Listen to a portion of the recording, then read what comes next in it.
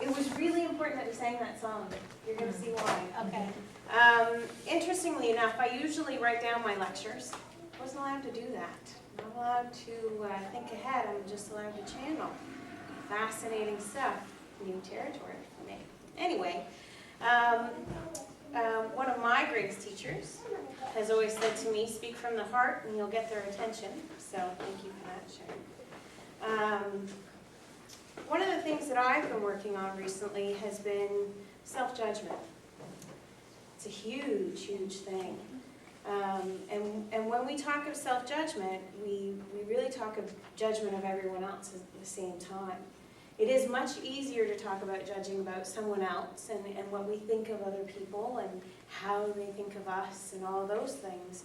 But when we break it down to the core, we're talking about how we feel about us and who we think we are and what we're working on. So, interestingly enough, I guess it was Thursday, my husband says to me, we're in the process of starting to get ready to sell our house. We bought a new place, and so it takes time, as you all know. So I was in the washroom getting ready for work that day, and my husband had just repainted the ceiling in our bathroom, and on the floor was an article. And it talks about Oshawa fronts the organ thieves. Now, this is actually a band. Most of the members are from here in the Durham region. And I started reading a little bit about it, and it turns out I actually went to school with the lead singer. He and I were actually really good friends in school, and we kind of lost contact. But I thought it was fascinating to see when they did the article, he wrote this part, and it's really interesting. I want you to hear it. I better put my glasses on. Okay. Artist is a word that I find very interesting, says Chuck Coles. We all mirror society. We are all products of the environment that we have been born into and that some of us have chosen. Well, all of us have chosen that, but that's a whole different story. Some of us have just bigger platforms to speak our minds or to create or fix. Take abstract art, for example. That doesn't do much for me, but it reaches to someone within that community, and that is what matters. There is something for everyone. They are leaving a part of their soul in their work and moving an individual and provoking some sort of feeling or thought. And think, we have no choice. We all mirror society. Well, I agree with him to a point that we mirror society. Our consciousness naturally sticks with the things that we know. I don't want to say that I'm a medium because then people will think I'm different or weird or an outsider. I don't want to say that I'm anything, right? It could be anything. We have so many different pioneers in different ways, and yet it takes great courage to stand up and say, this is who I really am. And when we look at those things, we self-judge. And the beginning of self-judgment comes from the judgment of others. You know, if I do this, someone will think I'm stupid, or if I do that, they won't agree with me. Or most of the time it's a negative process. It's not always a positive.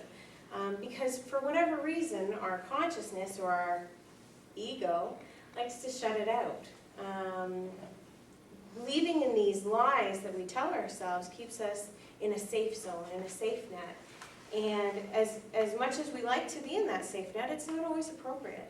You know, my life is a perfect example of that. For 10 years I fought spirit and didn't want to be a medium. I didn't want to talk to people who passed away. I didn't want to share that information. I didn't want to be that person because I thought I would be judged for it. I thought I would be shamed for it. I thought, you know, oh, no one will like me, and let's not go there. So I didn't do it, and I fought and I fought and I fought. And it wasn't until I was pregnant with my son, Spirit came to me and said, all right, enough is enough.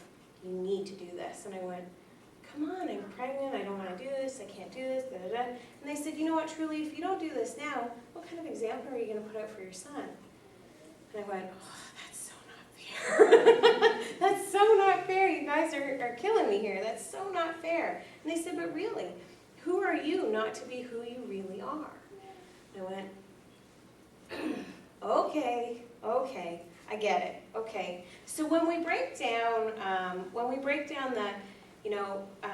the who are you and what are you doing, we often look at, who are the other people? Everybody will think this, everybody. Well, who is everybody? Who is everybody for you? Everybody has a different everybody.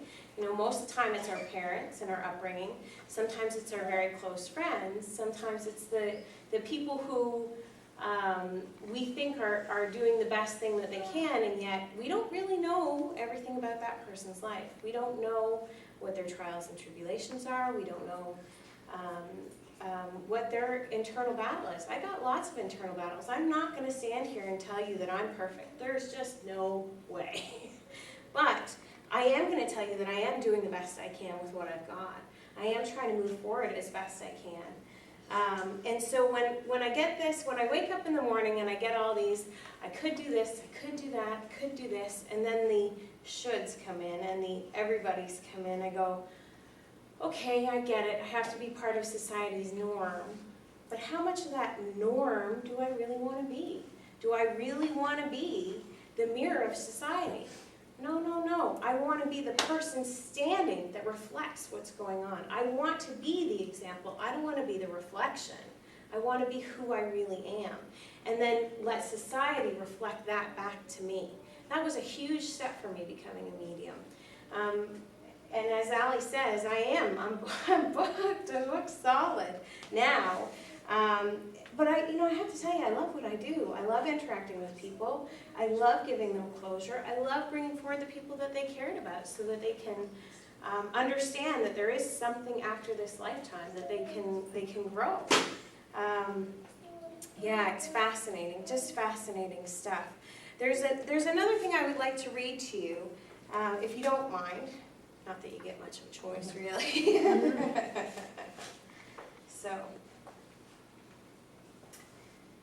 all right, here we go here. Now this is a wonderful author. This is Don Miguel Ruiz, and I'm a pretty big fan of his stuff. Although everybody, you have to take everybody's stuff with a little grain of salt. But anyway, here we go. The universe is simple. It's about cause and effect, action and reaction. If you don't like the way you are living your life, this is a reaction to the program that is ruling your life. The liar, or the program, is not even a part of you, but at the same time, it is a part of you because it's the way you identify yourself. So that's the everybody I'm talking about. The program creates the story, then it tries to make sense of the story by explaining and justifying everything to the main character. So it's about our thought process. What a setup. What a creation. Humans create an entire culture or philosophy of humanity. We create history, science, art, Olympic Games, Miss Universe, you name it. It's our creation. It's beautiful and wonderful, but it's just a story. Your story is your creation. You are the artist with the force of life flowing through you. If you don't like your art, you have the power to change it. So again, it comes back down to thought process. Interestingly enough, back to my life, because it's so fascinating. Anyway, I have a really close girlfriend of mine. We've been friends since we were knee-high to a grasshopper. And I got an email from her just 2 days ago. And she says to me, ooh, I'm going to get emotional. Sorry, guys. She says to me, I don't know why you've abandoned our friendship. I don't know why you don't want to talk to me. And I don't know why we're not communicating. But I have to tell you, I only want the best for you. I've only ever wanted the best for you. And so I'm a little hurt that we're not talking, and I'm a little saddened by it, but it's okay as long as you know I only want the best for you. And I took that, and I thought to myself, okay, there's obviously a problem here. But then I thought about it again, and I thought, this isn't mine. This is hers. She's the one that feels abandoned. It's not me. And the fact that we haven't communicated is just that life got in the way. Life got busy. So I wrote back to her and I said, you know, that was pretty judgmental. I don't know what made you think that I've thrown our relationship away. I've done nothing of the sort. Unfortunately, I'm working close to 10-hour days, trying to raise a family, trying to help my foundation grow, and I'm a sole business owner now, darling, so I said, I apologize that we haven't had lunch for about 6 months, but such is life. I said, by no means do I wish you any harm either, and when you're ready to come back to us and our relationship, I'm here for you. I got an email back. I got an email back for sure. And she said to me, you know, I never thought about it that way. She said, I thought you just didn't want to talk to me anymore. And I said, no. I said, but you took the judgment of I wasn't communicating. And I said, it wasn't that I wasn't communicating. It's just that I wasn't taking the time to focus on you. I was focusing on me. So we've set a date for lunch. I hope it happens, but with my schedule, God only knows. But I found it fascinating because she jumped right to the conclusion that she had thought that I had abandoned her, and I hadn't. But that was her whole life. Now when I reflect on it, her whole life she's been abandoned. She was abandoned by her parents. She was abandoned by her spouse. She was abandoned by a lot of her friends. And so, unfortunately, that's going to be one of her life lessons. But it has nothing to do with me. Anyway, so the self-judgment is certainly there, and it's certainly prevalent in all of our lives. And moving forward, you know, Mom always says, you know, mantras, they're mantras and affirmations, right? Because they do. They take the time to change our thought process. They give us that perspective, that outsider's perspective to say, no, I'm going to be positive, I'm going to move forward in my life, and this is how I'm going to do it. So as her favorite mantra goes, the universe supports me in all that I do. And I can't say that I disagree with that whatsoever. I totally agree with that. And when it comes back down to self-judgment and working on those things, I know I've got a long way to go. I'm taking the time to go, and I'm trying very hard to grow every day.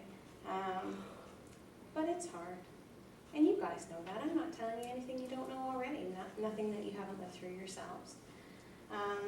So let me leave you with this one last thought. This is another really great book.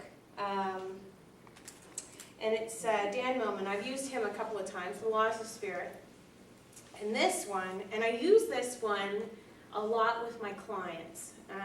When I do work, a lot of the times I'm explaining, some of you know about my whole blackboard theory and choosing our life lessons and that.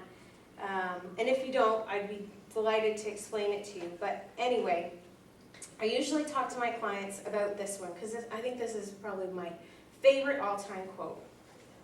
It says here, judgments are a human invention. That God is not here to judge us, but to provide us with the means to learn from our errors so that we can grow and evolve. If you can accept that God doesn't judge you, why should you judge others?